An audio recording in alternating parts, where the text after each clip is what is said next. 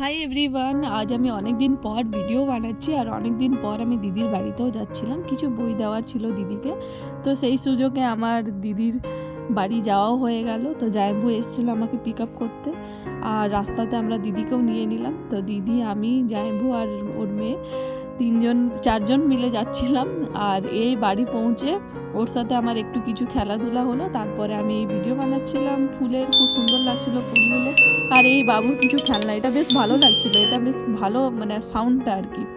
এখানে দিদি অনেকক্ষণ ধরে খেতে ডাকছিল, কিন্তু এই পুচকিটা আমাকে ছাড়ছেই না।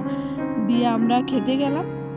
খাবারে ছিল পোলাও আর চিকেন, আর স্যালাড ছিল, সেরকম কিছু নয়। আর তারপরে খাওয়া দাওয়ার পর আমরা দুজন মিলে খুব গল্প করছিলাম। ওর কথাগুলো শুনতে খুব ভালো লাগছিল, মিষ্টি মতো। তো আমার স্যাটারডে সানডে ছুটিটা এভাবেই কেটে গেল।